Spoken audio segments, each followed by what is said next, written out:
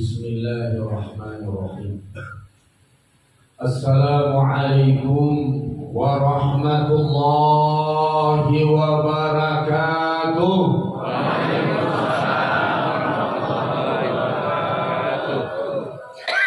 Alhamdulillahi rabbil alamin, alladzi arsala rasulahu bidinil haq liyuzhirahu 'ala ad-dini kullihi wa kafa billahi shahida. Asyhadu an la ilaha illallah wahdahu la syarika lah wa nahnu nashhadu anna Muhammadan 'abduhu wa rasuluhu la nabiyya ba'dah. Allahumma shalli wa sallim ala rasulikal karim Muhammadin sallallahu alaihi wasallam. Sidang jemaah dirahmati Allah, pertama sekali sudah kewajiban kita kapan saja, di mana saja untuk bertahmid dan bersyukur kepada Allah Subhanahu wa taala. Kemudian salawat dan salam untuk Sayyidina Muhammadin sallallahu alaihi wasallam. Kemudian takrim wal ihtiram, pujian sanjungan pertama sekali kepada sahibul majlis.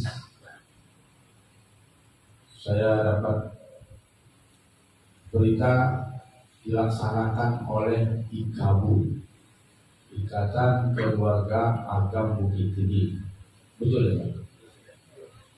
Kemudian tentu saja dalam acara ini melibatkan semua pihak, sehingga hadirlah di sini mungkin para ustaz, ulama, tuan guru kita, al-habaib. Maka takrim yang tidak terhingga dari saya.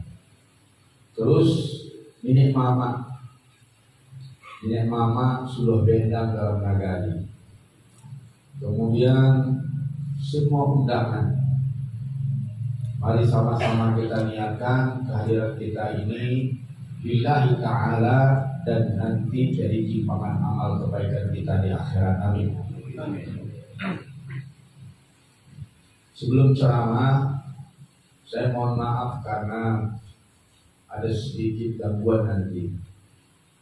Saya sudah sebulan ini safar, sebulan setengah non-stop.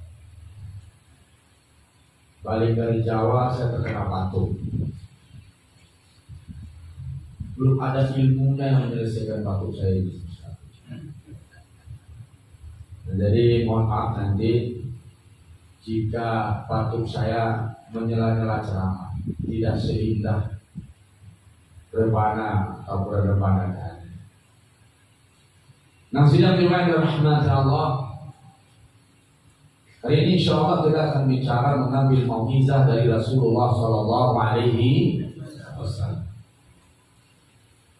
Kata Ibnu Abbas, 5 perkara yang terjadi peristiwa besar pada diri Nabi itu di hari Senin. Ibnu Abbas, yang pertama, Nabi lahir di hari Senin. Yang kedua, wahyu turun resminya diangkat dari Nabi di hari Senin. Yang ketiga, Isra wal Mi'raj di hari Senin. Yang keempat, hijrah ke Madinah di hari Senin. Yang kelima, wafat Rasulullah Sallallahu Alaihi Wasallam di hari Senin. Maka 5 perkara besar dalam hidup Nabi ini terjadi di hari Senin. Maka ketika ditanya kepada Rasulullah dalam hadis Sahih Muslim tentang puasa Senin, Nabi menjawab, itu hari kelahiranku. Dari sini bahwasanya ini termasuk dalil tentang sunnahnya peringatan Maulid Nabi. Jadi tidak bid'ah, ya. Dalil peringatan Maulid Nabi itu diantaranya surat Ibrahim ayat 5. Jangan sampai ada yang mengatakan tidak ada di Quran. Nah, surat Ibrahim ayat 5. A'udzu billahi minasyaitonir rajim. Bismillahirrahmanirrahim. Wa laqad arsalna Musa bi ayatina.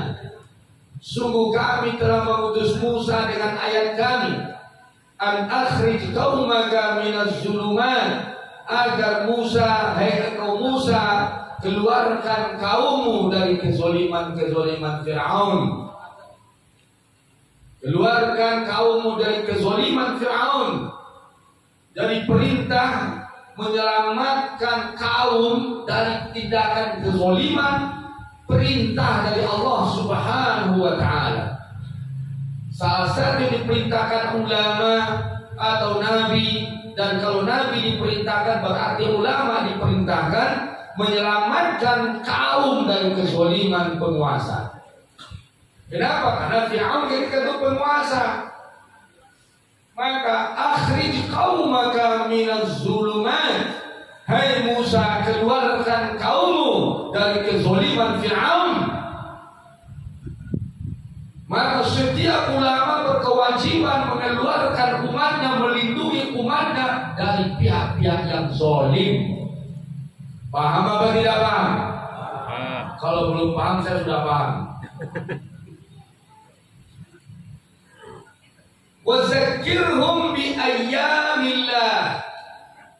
Ini dalil peringatan Maulid, peringatan hari besar. Ingatkan kepada mereka, ingatkan selalu mereka dengan ayyamullah. Ahli tafsir mengatakan ayyamullah adalah hari-hari yang merupakan pertolongan Allah, anugerah Allah, peristiwa-peristiwa besar yang diberikan Allah kepada kita. Ayat itu bicara tentang selamatnya kaum Nabi Musa dari Fir'aun. Maka disunahkan untuk memperingatinya. Wa zakkirhum bi ayyamillah. Maka dasar ayat inilah orang puasa Asyura. Sidang jemaah rahmat Allah, bicara tentang ayyamullah. Ayyamullah seluruh hari besar bersejarah yang merupakan anugerah Allah. Pertanyaan saya, apakah kelahiran Nabi Sallallahu Alaihi Wasallam hari besar dan anugerah Allah untuk kita apa tidak? Hari besar, kemudian anugerah Allah untuk kita apa tidak? Iya. Kalau begitu, mesti kita peringati atau tidak? Iya. Kalau 17 Agustus kita merdeka dari kejahatan penjajah Belanda, kira-kira boleh nggak kita peringati 17 Agustus? Boleh. Hah? Jangan ragu-ragu. Boleh. Ragu-ragu itu. Apa ini?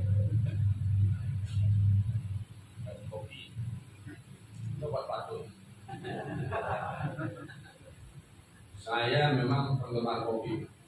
Mungkin batuk saya tidak sembuh-sembuh karena ini juga. Karena kopi jalan terus, batuk jalan terus. Bismillah, izin ya Pak ya. Tentu ada lagi sebuah harapan. Ini yang batuk tahu.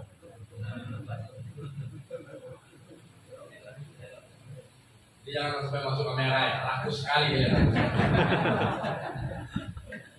Jangan sampai masuk kamera ya. Dalil kedua, hadis Imam Ahmad nomor 2632, riwayat Muawiyah.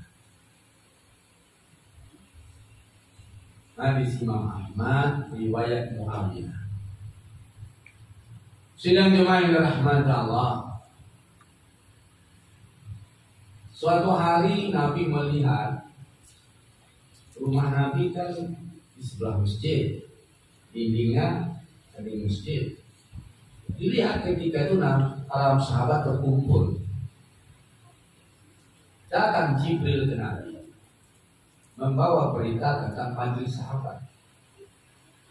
Maka ketika itu Nabi keluar dari rumahnya, menyapa para sahabat. Kata Nabi, ma ajlasaku. Kenapa kalian bermajlis? Kata sahabat, kami bermajlis karena kami ingin berzikir kepada Allah. Kemudian kami bersyukur kepada Allah karena kami telah diberikan Islam. Dan kami juga bersyukur Allah telah kirim engkau kepada kami sebagai Rasul. Dan dalam lagi, majlisakum. Apa yang berkalian bermajlis? Kata sahabat, tidak ada yang lain kecuali yang 3 perkara tadi. Diulang oleh Nabi, dijawab dengan jawaban yang sama. Dijawab lagi. Kemudian ketika itu kata Nabi, saya tidak ragu pada jawaban kalian. Tadi Jibril datang kepadaku, memberitahu aku tentang majelis kalian ini. Dan Jibril memberitahu malaikat membangga-banggakan majelis kalian kepada Allah Subhanahu wa ta'ala. Jadi ini majelis yang dibanggakan oleh malaikat. Itu sahabat memperingati tentang kehadiran Nabi Muhammad Sallallahu Alaihi Wasallam. Mereka bermajlis dan dibangga-banggakan oleh malaikat kepada Allah. Semoga bapak-bapak yang hadir hari ini, ibu-ibu, juga ada ibu-ibu sana saya, itu nanti dibangga-banggakan Allah kehadirannya di majlis Maulid Nabi. Amin. Sidang jemaah yang dirahmati Allah, cukup sudah dalil peringatan Maulid Nabi, dalilnya panjang. Itu sudah jumhur ulama, fuqaha jumhur ulama, itu sudah memaklumi semua. Nah, sidang jemaah yang dirahmati Allah, masuk kita kepada Nabi tadi dikatakan oleh Ibnu Abbas, lahir di diangkat dari Nabi, Isra dan Mi'raj, hijrah, wafat. Mudah-mudahan nanti sampai ke akhirat kita kaji. Kita ambil poin-poin penting saja. Komentar pertama saya yaitu tentang nama orang tua Nabi. Nama ayah Nabi siapa? Abdullah. Nama ibunya? Aminah. Ya, karena ada nasibnya itu. Ya. Nama yang menyusuinya? Halimah Tusadia. Coba ditelaah nama. Nabi itu lahir dari orang tua yang bernama Abdullah, dari ibu yang bernama Aminah. Abdullah apa artinya? Hamba. Aminah apa artinya? Wanita pemegang amanah. Dari Nabi itu sudah jemaah dari segi nama orang tuanya saja, itu sudah terkondisi dari Allah Subhanahu wa ta'ala.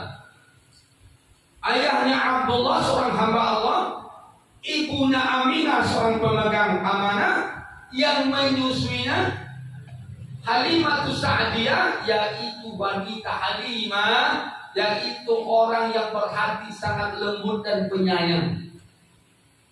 Jadi kalau bapak-bapak ingin keluarga sakinah, ingin anak sukses soleh, ingin anak jadi pengikut Rasulullah SAW, mesti bapak-bapak dan ibu punya 3 perilaku.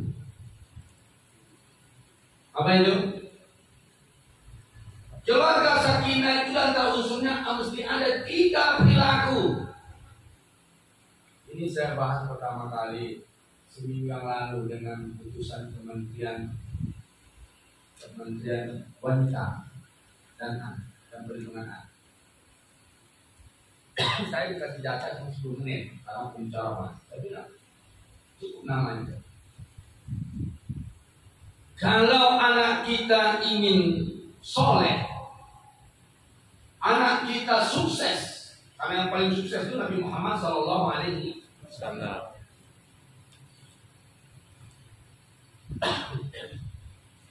Sidang jemaah, coba lihat nanti kunci sukses, tips sukses Thomas J. Stanley. Catat, Thomas bukan kecerdasan yang nomor 1, tapi kepribadian. Juara itu nomor 20-an. Juara 1, juara 2, juara 3 itu nomor 20 lebih. Coba lihat kunci, lihat saja di Google, kunci sukses menurut Thomas J. Stanley. Kalau salah itu dia orang mungkin tinggi itu.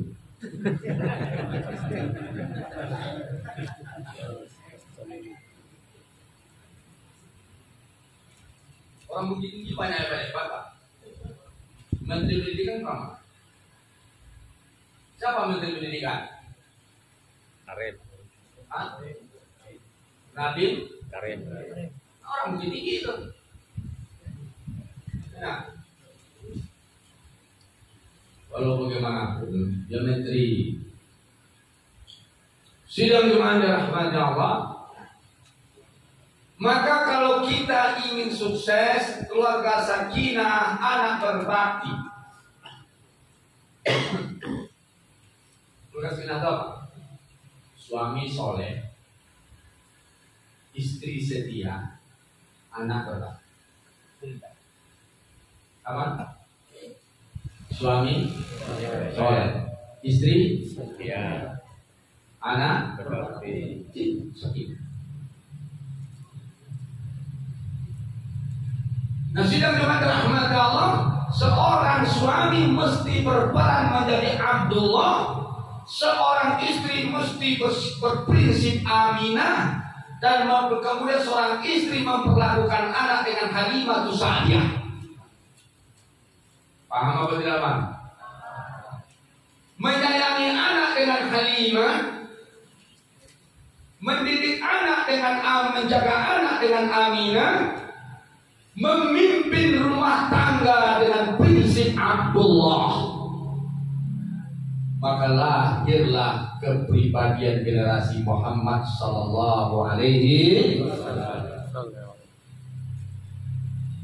Paham apa tidak paham? Kalau nggak paham dan sudah paham. Generasi Muhammad. Sidang jemaah rahmat Allah, kehidupan Rasulullah sangat banyak fenomena kehidupan beliau. Beliau kecil sudah yatim. Supaya apa? Supaya Allah langsung yang mendidiknya. Supaya Allah langsung yang sidang jemaah yang dirahmati Allah, menikah dengan Bunda Khadijah, ya, di usia 25 tahun. Bunda Khadijah 40 tahun, tetapi 40 tahun Bunda Khadijah itu terawat, canda kaya, jangan membayangkan 40 tahun tetangga sebelah.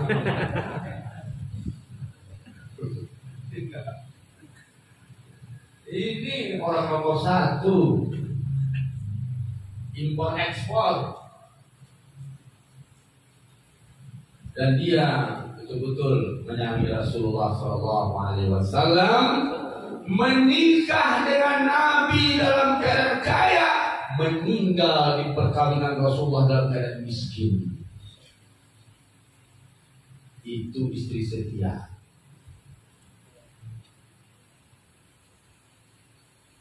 Apa pesannya?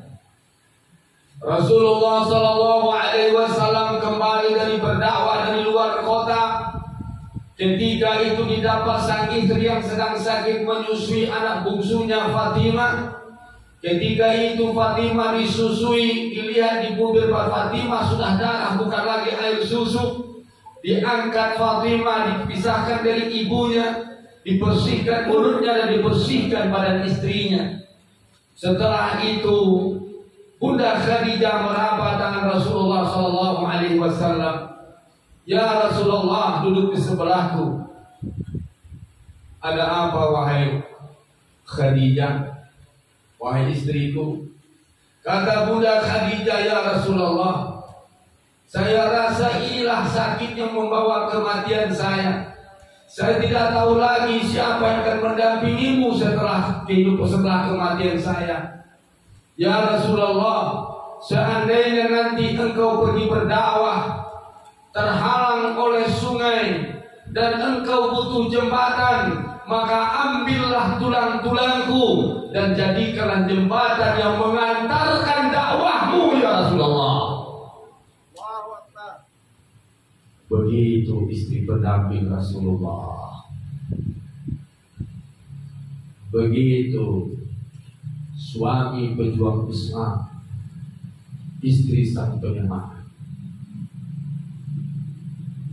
Ya Rasulullah, andaikan ada kebutuhan untuk perjuangan Islam, maka ambillah tulang-tulangku, gunakan untuk kepentingan Islam. Jadi bukan cerita anting dicopot dari telinga, itu pun susah. Bukan cerita cincin ditarik dari tangan jari untuk dakwah, susah. Itu perjuangan Islam. Tulang, ambil tulangku ya Rasulullah, gunakan untuk kepentingan Islam. Suatu hari Rasulullah termenung-menung. Bunda Aisyah memperhatikan dari pagi Rasulullah ini melamun. Ditanya, ya Rasulullah, kenapa kau sudah melamun? Apa yang kau pikirkan? Kata Rasulullah, aku terkenang dengan Khadijah. Ya Rasulullah, itu masih mengganggu pikiranmu. Apa artinya aku yang ada di sampingmu? Nah, itu cemburu itu. Jadi Bunda Aisyah ini tidak cemburu kepada istri Nabi yang lain. Dia cemburu kepada istri Nabi yang tak ketemu dengan masa perkawinannya. Kenapa? Karena susah Nabi melupakan perjuangan dasar kita. Maka Nabi mengatakan, wahai Aisyah, bagaimana aku melupakan dia? Di saat orang lain menyisihkan aku, dialah yang meyakinkan aku, mendampingi aku. Di saat orang lain tidak percaya kepadaku, dia yang memberi kepercayaan kepadaku, dan lain-lain. Disampaikanlah kisah tadi oleh Rasulullah kepada Bunda Aisyah. Itu di antara perjuangan Nabi. Sidang jemaah yang dirahmati Allah, banyak kondisi kehidupan Rasulullah SAW menghadapi para sahabat, menghadapi musuh dari luar. Apakah sahabat ada juga bikin ulah? Ada. Sahabat itu orangnya bercanda-canda juga dengan Rasulullah. Saya mau tanya dulu, jatah waktu kita sampai jam berapa ini? Supaya saya jangan banyak kita video tema apa ini? Poin-poin. Ini sampai jam berapa? Nah, yang benarnya jangan basa-basi. Jangan ada basa-basi di antara kita. Ini sekarang kan 9:30. Berarti jam 10 ya. Nanti ada bapak-bapak yang apa? Dia tadi minta izin ke istrinya cuma jam 9:10.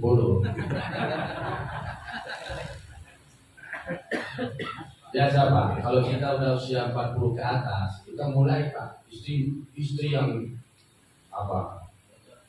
Kita yang penakut. Kita mulai penyabar, namanya penyabar.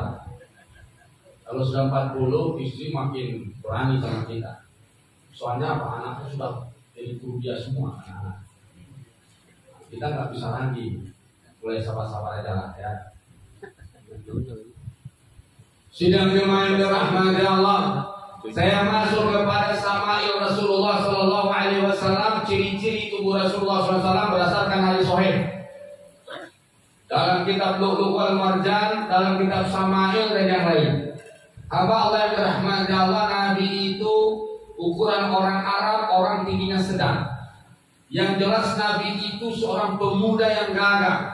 Ketika dinikahkan dengan Bunda Khadijah, Abu Thalib menyampaikan khutbah nikah. Apa kata Abu Thalib? Jika jika Muhammad Sallallahu Alaihi Wasallam dibandingkan dengan pemuda seluruh jazirah Arab, tidak akan ada pemuda yang menandingi kegagahan Muhammad bin Abdullah. Gagah Nabi itu. Nabi itu mirip dengan Nabi Ibrahim alaihissalam. Orang yang paling mirip dengan Nabi Ibrahim adalah Nabi Muhammad sallallahu alaihi wasallam. Itu nanti lihat di kisah Isra wal Mi'raj. Jadi Nabi itu paling mirip dengan Nabi Ibrahim alaihissalam. Dia pemuda tergagah di zamannya. Mana yang lebih gagah dengan Nabi Yusuf? Berbeda zaman. Di zaman Nabi Yusuf yang tergagah. Di zaman Nabi Muhammad yang tergagah. Jadi setiap masa itu ada tokohnya. Setiap tokoh itu ada masanya. Ciri-ciri Nabi sedang dimana? Alis mata Nabi menyambung. Saya lihat bapak-bapak sudah hampir nyambung, tinggal 1 senti ya. Ini bakal mirip dengan Nabi juga ya. Ya, tinggal 1 senti ya. Rambutnya ikal bergelombang sebahu. Tapi Nabi itu rambutnya selalu rapi. Kata Nabi, laisa minna, bukan kelompokku orang yang tidak merapikan rambutnya. Boleh rambut panjang sebahu, tapi jangan berkutu. Ya, Nabi itu rapi.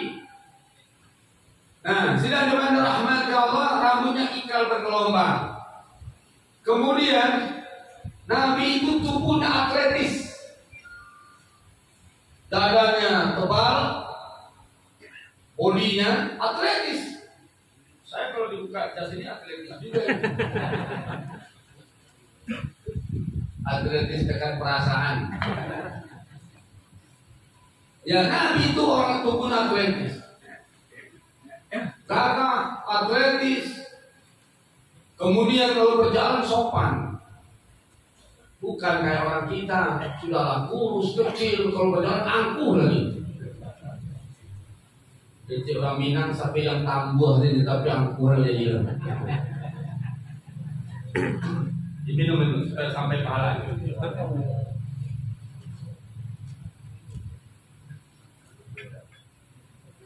Oh iya, di penawar batu ya. Habis dulu ya. Sidang jemaah rahmat Allah. Tapi ada yang beda dengan kita. Rasulullah itu punya wangi. Bukan karena parfumnya. Jadi jangan bapak-bapak Rasulullah suka wangi ini, wangi itu. Tubuhnya wangi karena parfum. Nah, Rasulullah itu tubuhnya wangi. Beda dengan kita. Kata istri beliau ketika Rasulullah tidur di ruang tamuku, cahaya menerobos tubuh Rasulullah berkeringat, aku kumpulkan keringatnya, aku simpan dalam botol. Jadi ibu-ibu kalau pengen coba buat itu. Suami-suaminya nih berkeringat, kumpulin keringatnya, masukin botol, botolnya meledak apa tidak?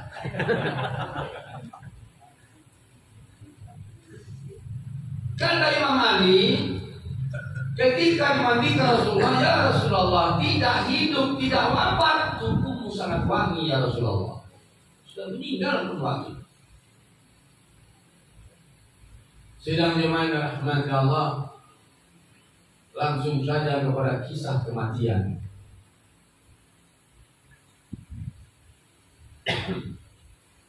Nabi meninggal hari apa? Senin. Dikuburkan? Senin.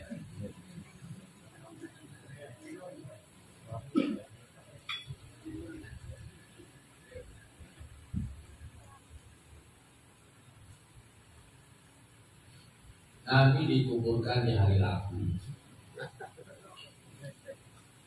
Meninggal hari Senin, dikuburkan di hari.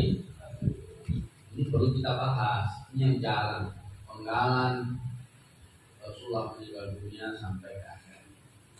Ini yang jalan dibahas.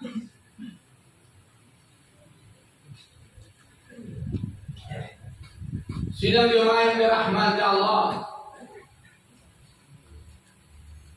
Di akhir hayat Rasulullah SAW dikumpulkan para sahabat. Kumpulkan para sahabat. Ketika itu Rasulullah naik mimbar.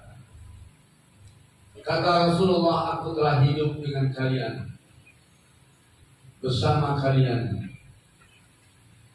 Kalau ada hutang yang mesti saya bayar, kesalahan yang mesti saya tebus, kezaliman yang mesti saya tebus, maka hari ini kalian sampaikan agar aku bisa menebusnya. Itu namanya cara sekarang laporan pertanggungjawaban kepemimpinan LPJ. Jadi dulu sudah dalam Islam itu pemimpin itu melaporkan, mengumpul. Nah, nanti mungkin Bapak Jokowi dikumpulkan rakyat Indonesia, maka ketika itu dia bilang, kalau ada kesalahan-kesalahan saya hari ini akan saya tebus. Nah, kalau Pak Jokowi mengikuti sunnah, kira-kira gimana? Apa yang terjadi? Apa yang terjadi?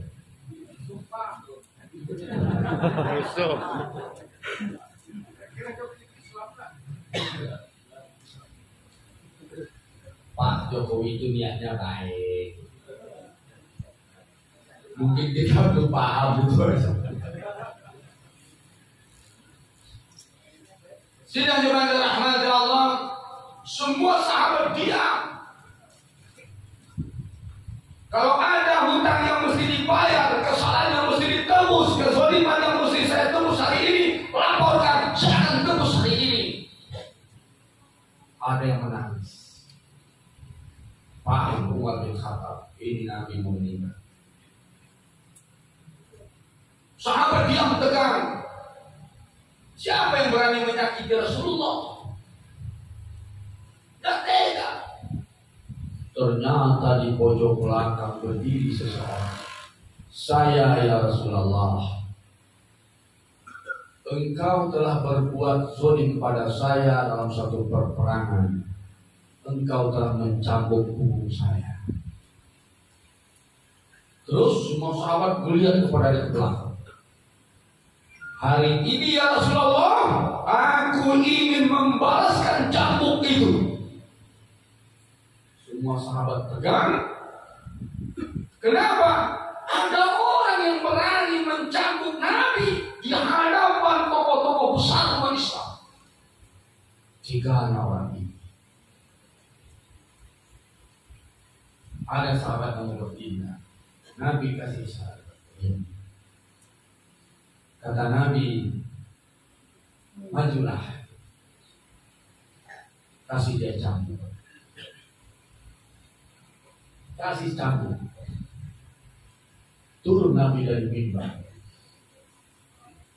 cambuk akan dialih. Orang ini berkata, ya Rasulullah, dulu waktu kau mencambukku itu, punggungku tidak berbaju. Lepaskan bajumu ya Rasulullah. Mengerikan, suasana tegang. Orang kadang cambuk, di depan tokoh-tokoh besar. Apa artinya tokoh-tokoh tidak bisa melindungi Rasulullah dicambukkan orang ini? Maka cambuk diayun, suasana tegang. Sebagian sahabat memejamkan mata, sebagian sahabat menahan emosi. Kemudian seketika itu sudah dipanggil rahmat Allah. Ketika orang itu mengayun cambuk, dia lemparkan cambuk ke tanah. Dia peluk tubuh Rasulullah Sallallahu Alaihi Wasallam. Ya Rasulullah, siapa yang berani menyakiti tubuhmu ya Rasulullah, kamilah jadi tebusannya. Sesungguhnya sejak dulu aku ingin menyentuh tubuhmu ya Rasulullah. Izinkan aku hari ini memeluk tubuhmu sehingga jadi saksi nanti di pengadilan Allah Subhanahu wa Ta'ala. Maka mulai Nabi sakit-sakit. Kemudian endingnya Nabi termakan daging diracun oleh wanita Yahudi. Nabi dibunuh dengan racun. Status kematian Nabi syahid. Kenapa? Karena Nabi mati dibunuh. Nah pakai racun. Seorang wanita Yahudi berkali-kali menyuguhkan daging di beberapa kesempatan. Selalu Nabi menolaknya, tapi waktu itu dimakan oleh Rasulullah SAW. Maka ketika Nabi sakit, Nabi berkata kepada Aisyah, dipeluk oleh Bunda Aisyah, ya Humairah, sesungguhnya daging yang disuguhkan, daging beracun yang kumakan dari wanita Yahudi itu membuat dadaku terasa terbakar. Dada saya terasa terbakar panas. Sidang jemaah dipeluk oleh Bunda Aisyah. Itu di hari Senin. Masuk saudara Bunda Aisyah laki-laki memakai siwak. Nabi melirik kepada saudaranya ke siwaknya. Maka Bunda Aisyah paham Nabi inginkan siwak itu. Maka Nabi ketika itu mendatangi saudaranya, dimintanya siwak itu dipotong, dibersihkan. Tahu kan siwak kan? Kayu gosok gigi. Ada kisah siwak. Dulu orang berperang kalah terus, datang kepada Khalifah Umar. Ya Khalifah, kenapa kami selalu kalah? Kata Umar, mungkin di antara pasukan kalian ada melanggar melakukan kemungkaran. Itu sana, syirik nah, kemungkaran ada. Terus apa lagi? Coba, ada enggak di antara kalian yang meninggalkan sunnah? Dikumpulkan sunnah, ternyata ada satu sunnah yang belum dipakai, yaitu siwak. Maka pasukan ini diperintahkan pakai siwak, terlengkapi sunnah. Ketika akan perang, namanya zaman dulu Pak, teropongnya tadi, teropong bajak laut, kan kurang jelas. Pilihan yang nampak pasukan Islam memakai. Ini kaum apa ini? Kenapa dia mengasah giginya? Satu lagi berkata, ini kaum apa ini? Kau makan kayu. Buyar konsentrasinya. Di saat itulah takbir dikumandangkan menyerang mereka. Kalah mereka. Menang pasukan Islam. Menang berkat siwak. Bapak nanti pakailah siwak itu. Bawa tidur. Ini apa nih Bang?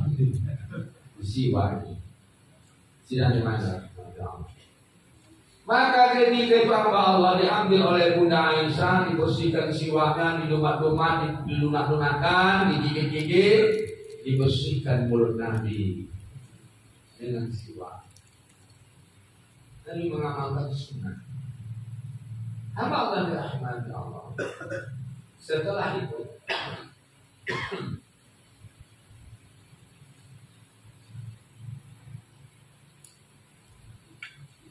tapi saya tanya ini Pak, sunnahnya memakai siwak atau membersihkan gigi?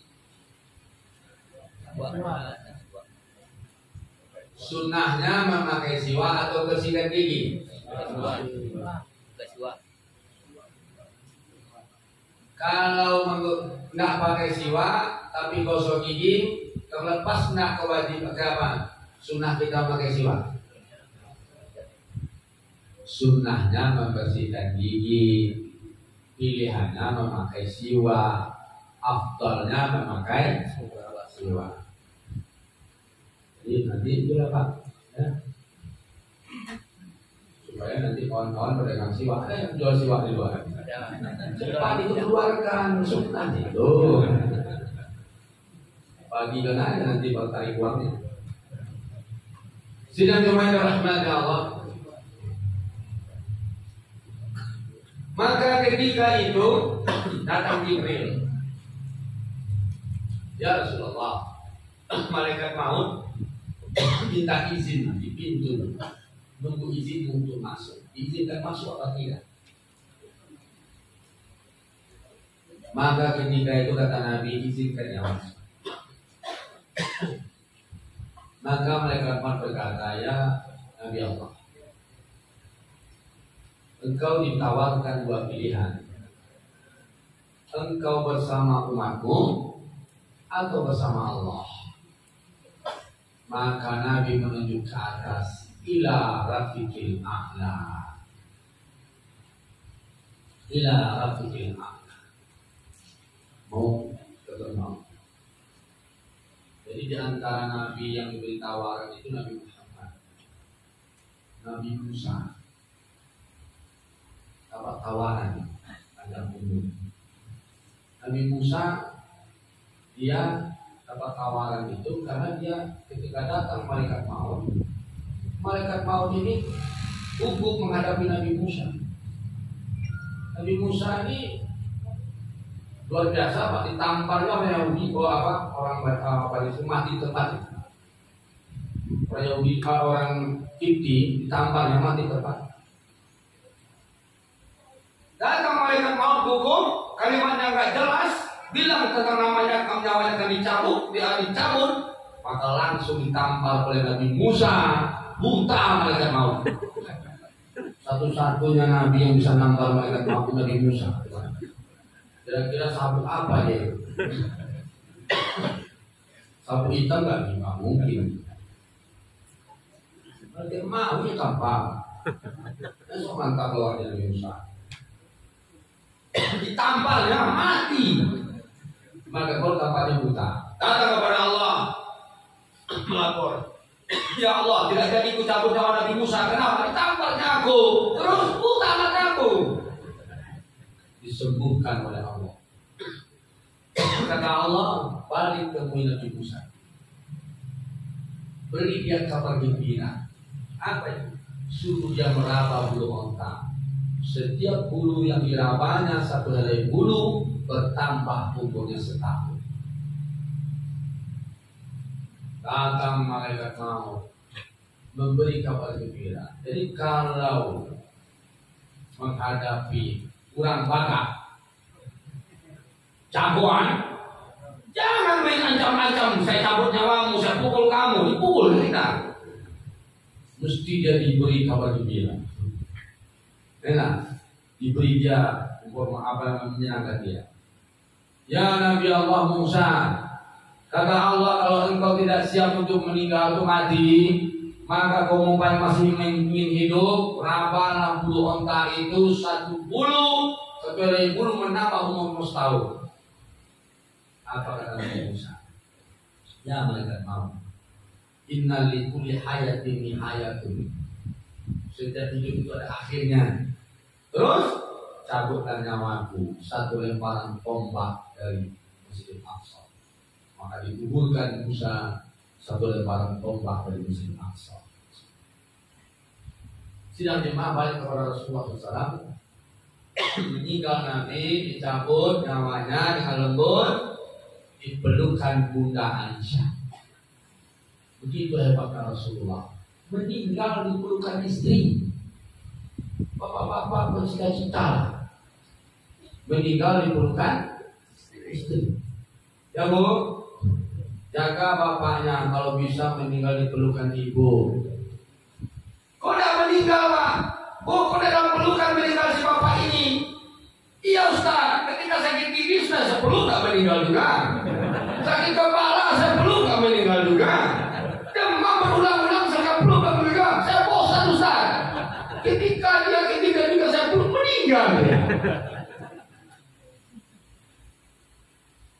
Sidang jemaah meninggal pada hari Senin. Terjadi perdebatan sahabat tentang hukum memandikan usul. Dibuka bajunya atau tidak? Dimandikan dengan bajunya atau dibuka bajunya? Mengingat aurat Rasulullah SAW.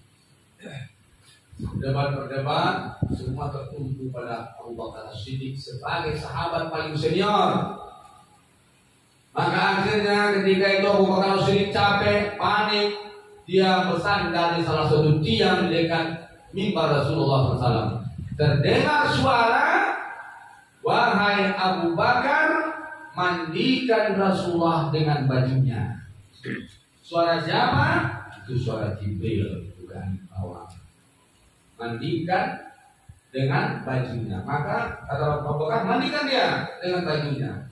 Maka yang memandikannya diantaranya Ali dan Abu Bakar, keluarga Rasulullah. Mandikan. Setelah dimandikan, dikafani, terjadi lagi perdebatan siapa yang akan jadi imam untuk Rasulullah SAW. Rasulullah tidak pernah meninggalkan wasiat. Ketika itu terjadi perdebatan lagi, maka Abu Bakar kembali seperti peristiwa pertama. Dia bersandar, kemudian terdengar suara, yaitu sholatkan Rasulullah sendiri-sendiri. Hasil penelitian pernah riwayat. Nabi tidak sholatkan berjamaah. Tidak ada imam sholat. Itu Nabi waktu itu. Karena tidak ada yang berhak mengimami Sayyidul Mursalin. Sholat sendiri-sendiri. Diaturlah jadwal. Yang pertama menyalakan adalah sahabat-sahabat Nabi, kaum laki-laki dan kaum keluarga terdekat Nabi. Selalu kaum laki-laki biasa. Setelah itu, tidak ada rahmatullah, ada laki-laki muda. Setelah itu, kaum perempuan keluarga Nabi dan keluarga perempuan biasa. Setelah itu kaum anak-anak. Setelah itu kaum budak. Proses sholat itu menghabiskan hari dari hari Senin sampai hari Rabu. Maka Nabi dikuburkan di hari Rabu. Itulah sebab penyebab terlambatnya jasad Rasulullah dikuburkan. Di mana dikuburkan? Di tempat meninggal itu kaidah. Di mana Nabi meninggal, pada Nabi kaidahnya di mana dia meninggal, di situ dikuburkan. Maka dia meninggal di kamarnya, di situ dia dikuburkan. Sidang jemaah rahmatullah Allah, Ustaz, Buya, bolehkah kalau seandainya kita meninggal hari Senin pulang, itu anak kita ada di Papua, dari tiket, tidak?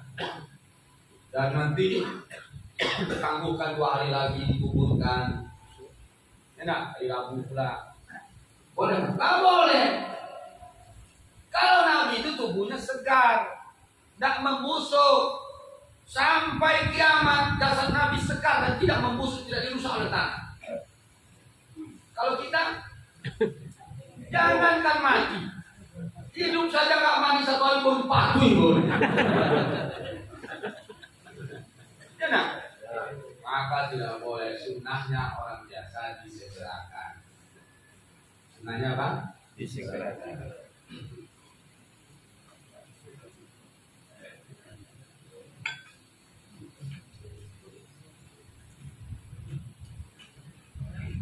Perkara akhirat. Nabi suatu hari ngomong-ngomong dengan sahabat. Akhirnya ngomong itu masalah syafaat. Kata Nabi, nanti sedang jemaah umat ini setelah berada di padang mahsyar. Padang mahsyar itu seperti pulau. Nah, ini meja ini padang mahsyar. Sekitaran meja ini neraka. Apinya lebih tinggi daripada padang mahsyar. Kemana menghadap? Neraka. Ke depan, ke kanan, ke kiri, ke belakang, semua penjuru neraka dikepung pada masalah neraka. maka semua manusia ketakutan di sini. Surga di mana? Tuh di balik neraka. Kalau ke surga gimana caranya? Dibentangkanlah tali halus, lebih tajam daripada rambut.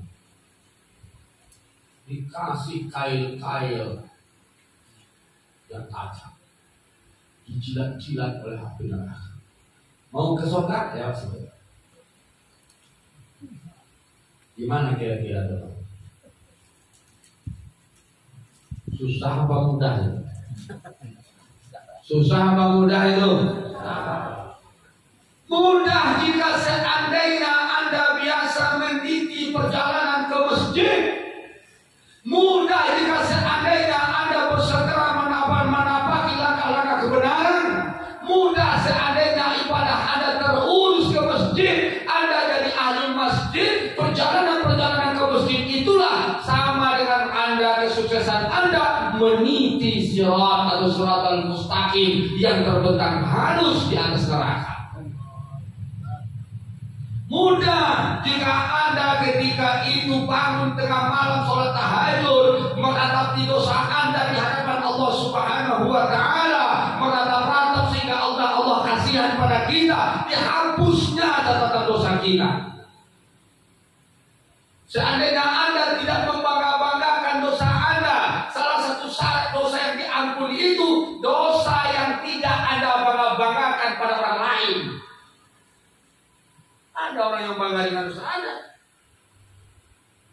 Ambo dulu mantan perampok, bangga gitu.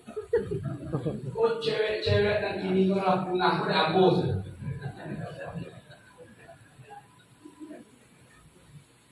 Sama semudo dan disabile Dinda. Jangan sebut Dinda semasa muda. Dunia ini saya lenggang-lenggangkan.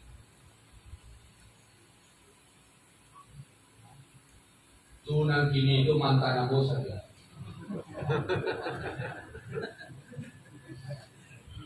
Kalau sare dosa diampuni, dosa yang aibnya tidak Anda buka. Kalau sudah dibuka, Allah mengutuk Anda dengan dosa itu.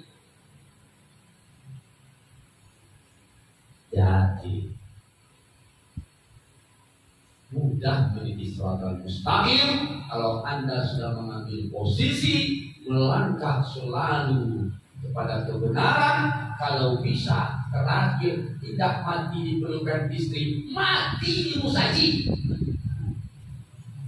Kalau bisa mati di mana? Di masjid. Alhamdulillah Ustaz. Mama ambo di kampung rata-rata mati di musaji. Kenapa Pak mati di masjid? Alah tubuhnya diusir dari bininya.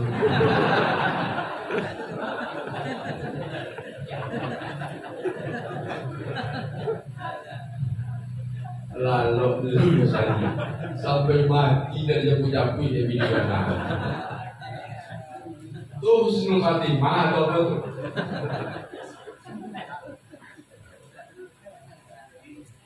Aduh kasihan loh. Kita laki-laki ini tak sabar-sabar ya. Kalau sudah mulai waktu kita muda, kita menggertak istri. Kalau sudah tua, istri yang menggertak kita. Makanya bapak-bapak ini sakitnya komplikasi. Itu kan perasaan. Sidang jemaah yang dirahmati Allah, ketika itu Nabi bercerita tentang syafaat. Semua umat ketakutan bahwa walaupun di dunia orang hebat, semakin tinggi jabatan semakin takut dia. Ada yang kepalanya diganti dengan kepala binatang dan lain-lain. Bisa manfil jabal banyak. Kalau ingat waktu. Ketika itu kemana dilihat neraka-neraka? Ada yang punya ide. Kita minta syafaat Nabi Adam. Berbondong-bondong berebutan orang mencari negara. Berjubel mendatangkan. Wahai bapak kami Adam, Tolong beri kami syafaat, mintakan kepada Allah agar kami selamat dari neraka. Kata Nabi Adam, nafsi, nafsi, nafsi. Oh diriku, diriku yang malang. Aku pun belum terjamin masuk surga karena aku belum pernah melakukan suatu dosa, memakan buah. Coba bayangin. Satu dosa Nabi Adam meratap dia sampai pada masa. Nabi, kita nabi enggak, segalanya enggak, dosa banyak, tidak pernah meratap orang.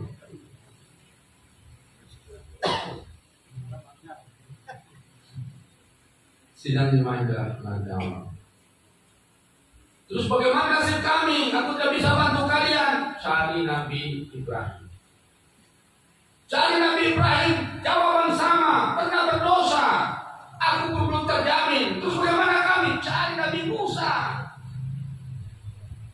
Umat berbondong-bondong berebut cari Nabi Musa. Jawaban sama.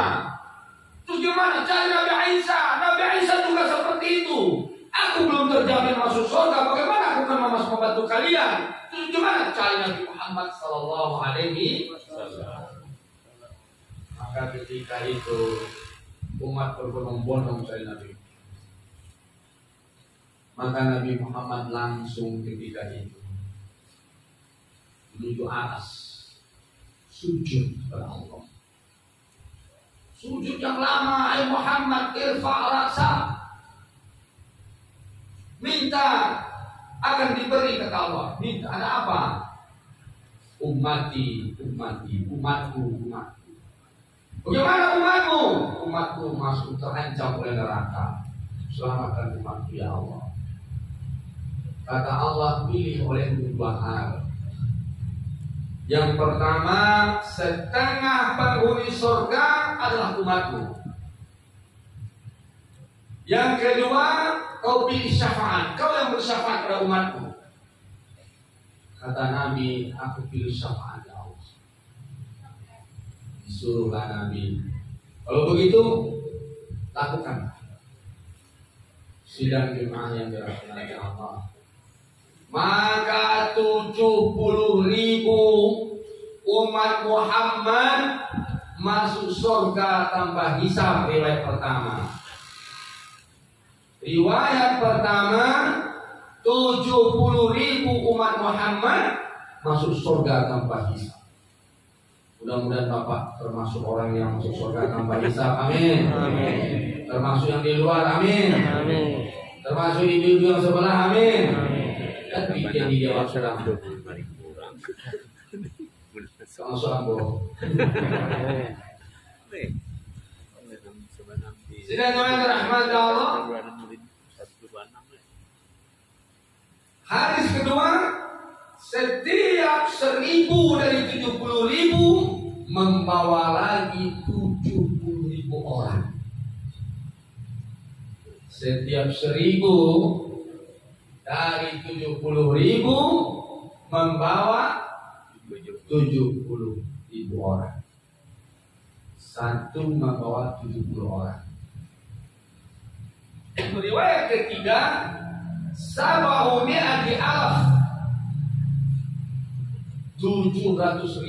masuk surga tanpa hisab. Riwayat keempat, setelah 70.000, 700.000, 70.000 setiap 1.000 membawa 70.000, Allah tambah 3 genggaman. Allah celupkan tangannya ke neraka, digenggamnya umat Muhammad keluar dari neraka sebanyak 3 celupan. Mudah-mudahan kalau Bapak nggak masuk 70.000, masuk ya 300. Gak bisa juga lagi. Terakhir Bapak intai lah celupan tangan Allah. Kalau tak dapat coba Ustaz ya. Ambo si kudu mau dia mau gitu.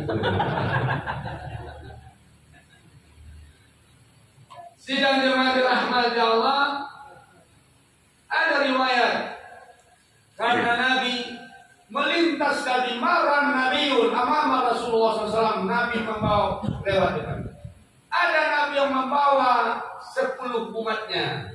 Ada Nabi yang membawa 5 umatnya.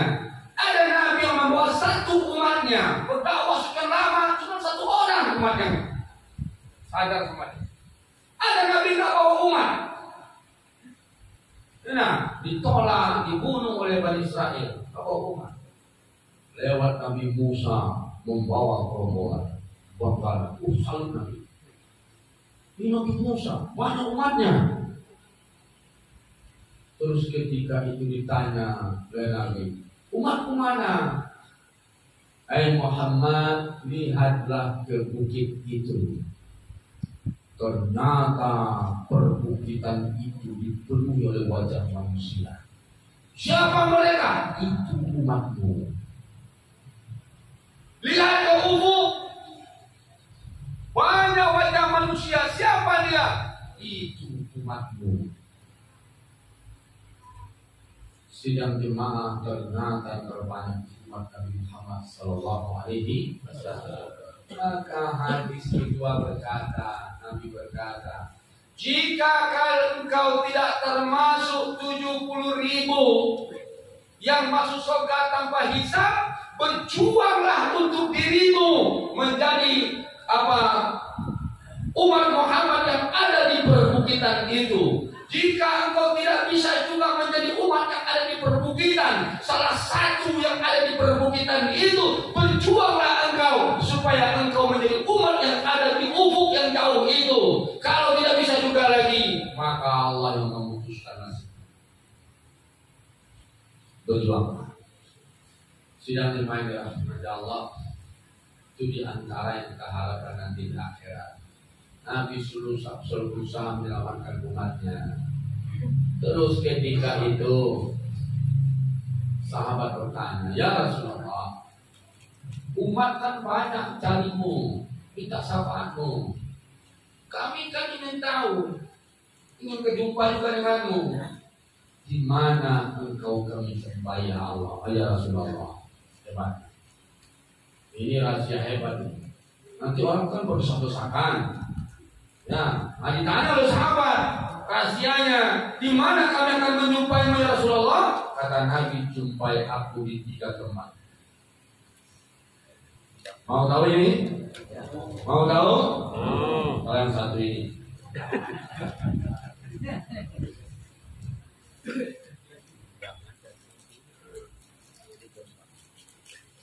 Di mana ya Rasulullah? Cari aku di telaga. Rasulullah ada telaga. Siapa minum telaga, maka tanda dia dapat pertanda baik untuk dia bentuknya. Kalau nggak jumpa di telaga ya Rasulullah, cari aku di dekat timbangan. Indal mizan, tempat pengadilan Allah. Kalau nggak jumpa saya Rasulullah, cari aku di pangkal jembatan, titian sirat. Jadi nanti nggak usah panik-panik. Cari Nabi kan? Telaga, jaga di telaga. Kalau nggak jumpa, cari ke timbangan. Kalau nggak jumpa lagi, jembatan. Nabi di situ berdiri ketika umatnya meniti timbangan, maka jatuh, bergantung lagi, naik lagi. Nabi berdoa, Allahumma sallim, Allahumma sallim, Allahumma sallim. Sirat itu mengerikan Pak, mungkin kajian lain kali. Mengerikan. Ketika dibentangkan sirat, tali halus itu ditanya oleh malaikat, Rabbana liman ada, ya Rabb, untuk siapa ini? Kata Allah, untuk seluruh hamba. Apa jawab malaikat? Ma'abadna, ibadah kami tidak cukup untuk lolos di sini. Ibadah malaikat dihilang percaya diri malaikat. Ma'abadna, belum cukup ibadah kami untuk lolos di sini. Bapak-bapak sudah merasa cukup? Merasa cukup? Ya, maka bersegeralah Pak, jangan taubat setelah pensiun. Bapak kampung Ambo bertanya orang ibu, nah kamu saja apa kirim apa? Iya Ustaz, awak kalau pensiun, kemana awak lain?